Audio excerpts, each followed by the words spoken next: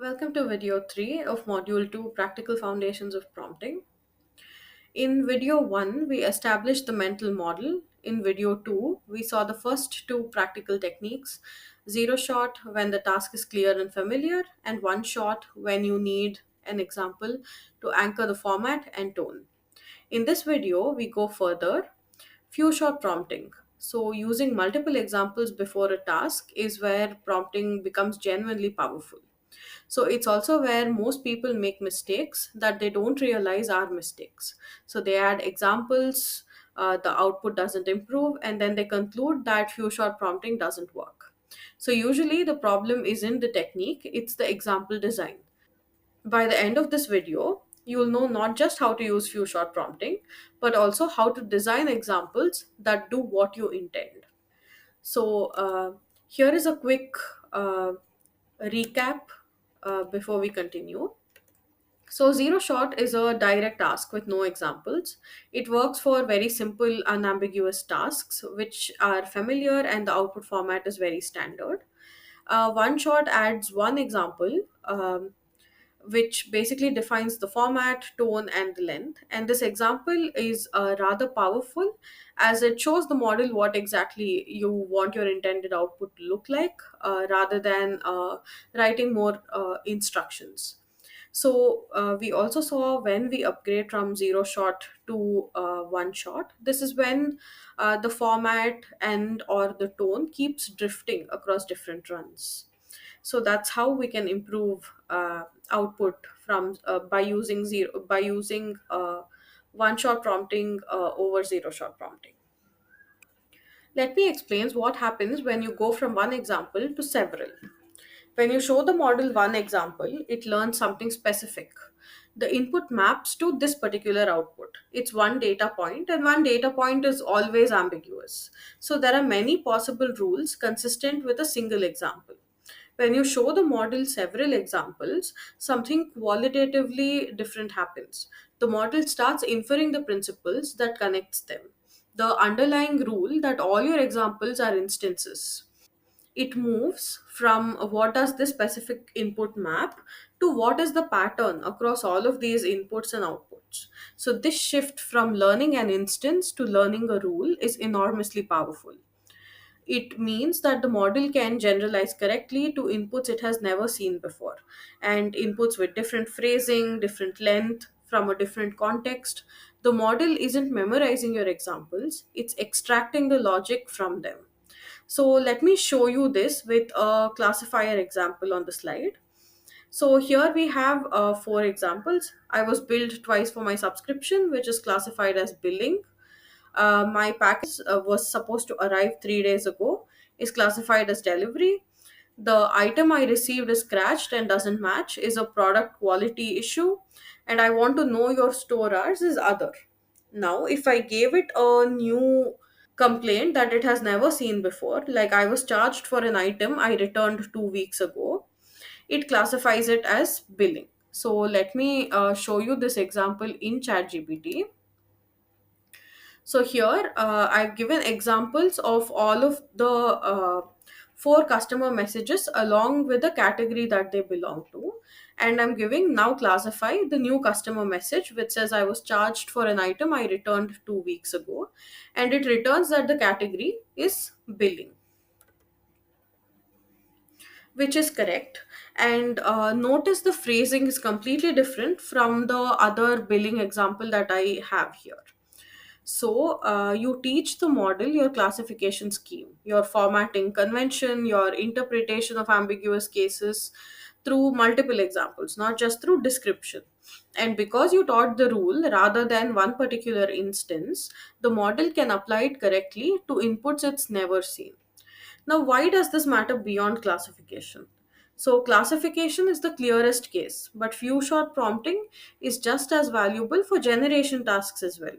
So, summarization with a specific structure, an email rewriting in a specific style, or extraction with a specific output schema, in all of these, multiple examples establish the pattern more reliably than one example or any set of instructions. So, language is inherently ambiguous. Any instruction can be interpreted in multiple ways, but several consistent examples are harder to misinterpret because they collectively point to one specific interpretation and rule out the others. So, examples provide a more precise form of specification than verbal instructions in many cases. Now, for the part that separates effective few shot prompting from ineffective few shot prompting. So, this is where we look at example design. So, there are three principles, and each of these addresses a different way that poorly designed examples fail. So, the first one is coverage. So, coverage means your examples represent the full range of inputs the model will encounter. If your task is a four category classifier, billing, delivery, product quality, and other, you need at least one example from each category. If you don't include an example of other, the model has no anchor for what belongs in that category. And when it encounters a query that doesn't fit the other categories, it will try to force it into one of them because that's all it knows. But coverage is more subtle than just include at least one of each, right? So it also means covering the range of difficulty and ambiguity within each category. So easy, clear cut cases are not enough. Include something that is borderline or ambiguous case per category, or handled the way you would want to handle an ambiguous example. So that teaches the model your policy for edge cases, not just the clear cut cases. So, what happens in practice when your coverage is poor? You end up with systematic bias. If you include billing examples, let's say if you include three billing examples and one each of everything else, then the model will be biased towards your billing on ambiguous inputs.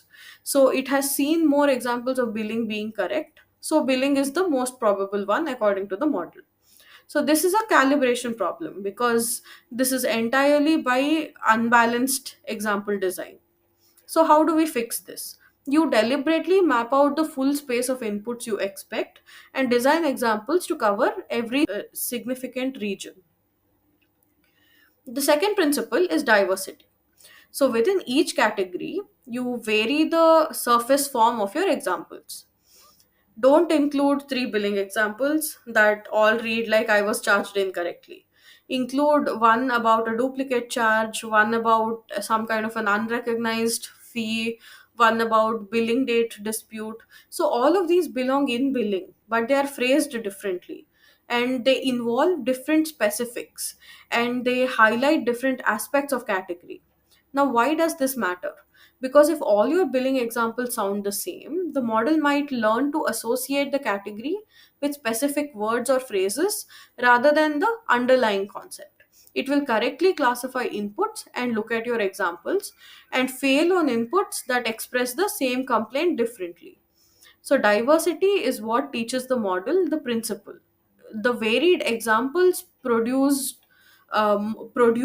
more robust classifiers that generalize better across different types of phrasing. The same principle applies to generation tasks as well.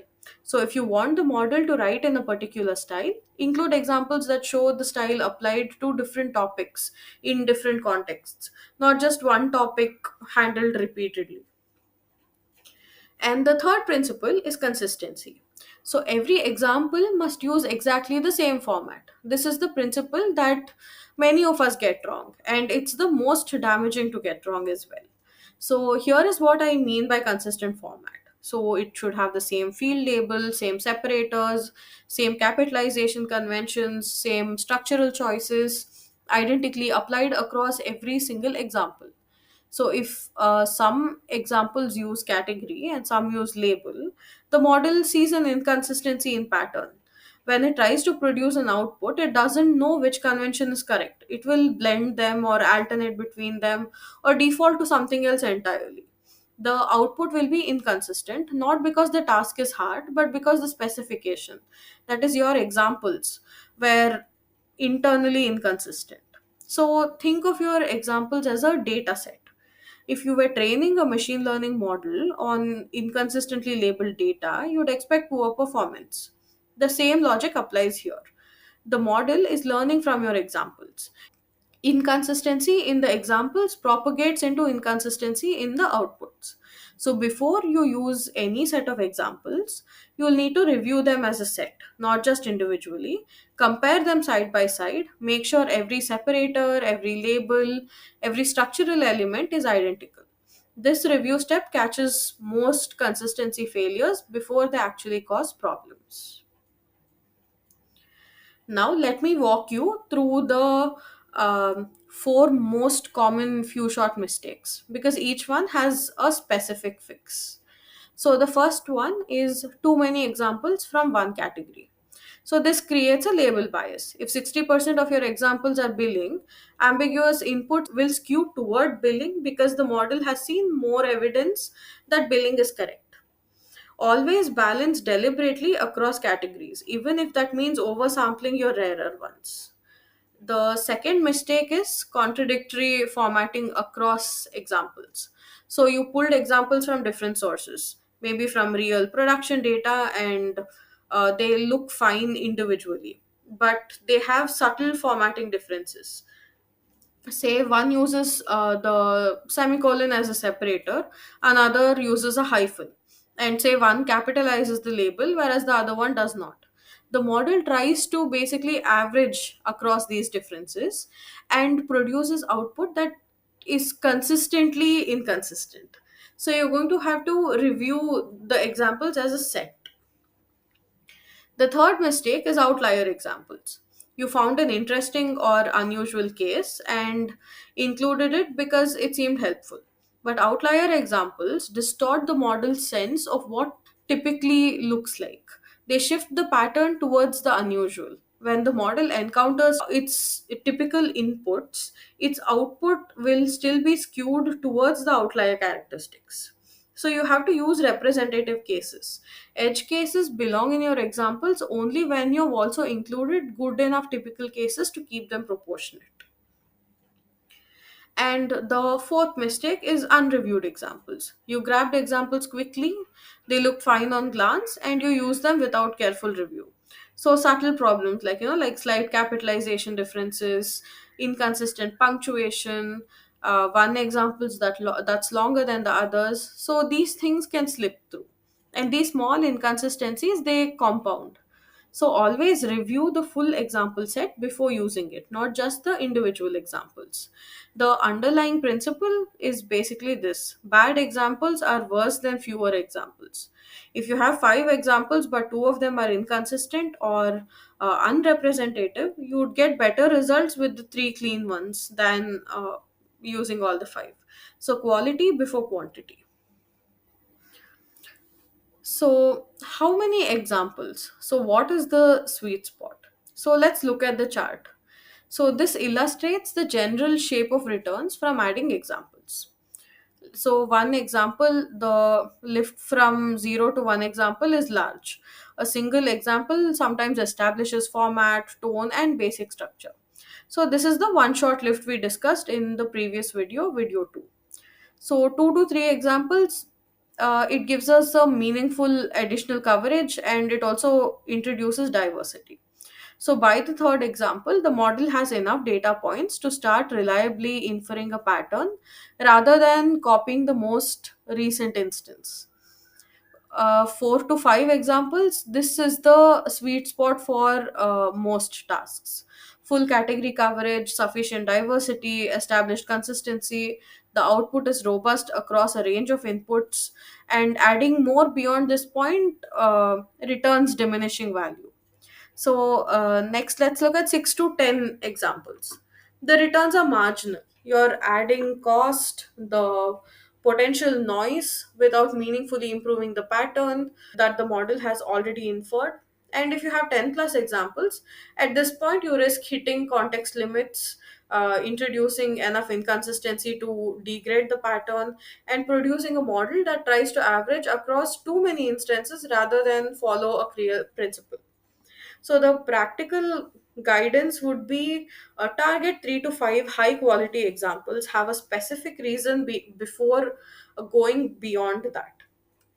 And remember, trimming low quality examples from a large set often improves the results more than adding more examples. So this is kind of counterintuitive but very important. More examples is not better. If the additional examples are lower quality than the ones you already have, then don't use it. Every example basically shapes this pattern. And if example 6 is less representative or less consistently formed than examples 1 through 5, it's pulling the pattern in the wrong direction. Now that we have reached the end of the video, let's look at some of the key takeaways. The first one is few short examples teach rules, not instances. So, multiple examples will allow the model to infer the underlying principle, not just copy the most recent output. So, this enables correct generalization to unseen inputs. The second takeaway would be to design for coverage and diversity. So, cover every significant region of your input space and vary the surface form within each region. So, this teaches a robust rule rather than a fragile pattern. And the third takeaway would be consistency in format is non negotiable. So every example must use exactly the same structure. Inconsistency in your examples will create inconsistency in your outputs. So review the examples as a set, not just individually. The fourth takeaway would be quality beats quantity. So, three clean, representative, consistent examples will outperform six messy ones. So, bad examples actively degrade performance. So, you need to prune your examples before adding them to your prompt. The fifth takeaway is recency matters, best example goes last. So, if the final example has the most influence, put your clearest, most precisely formatted example in the last position and use earlier positions for coverage and for diversity. In video 4, we change direction. Instead of how many examples, we are going to look at the different types of prompt lever. So, role, audience, and tone. So, how you frame who is speaking and who you're speaking to turns out to matter more than most people expect. So, see you in video 4.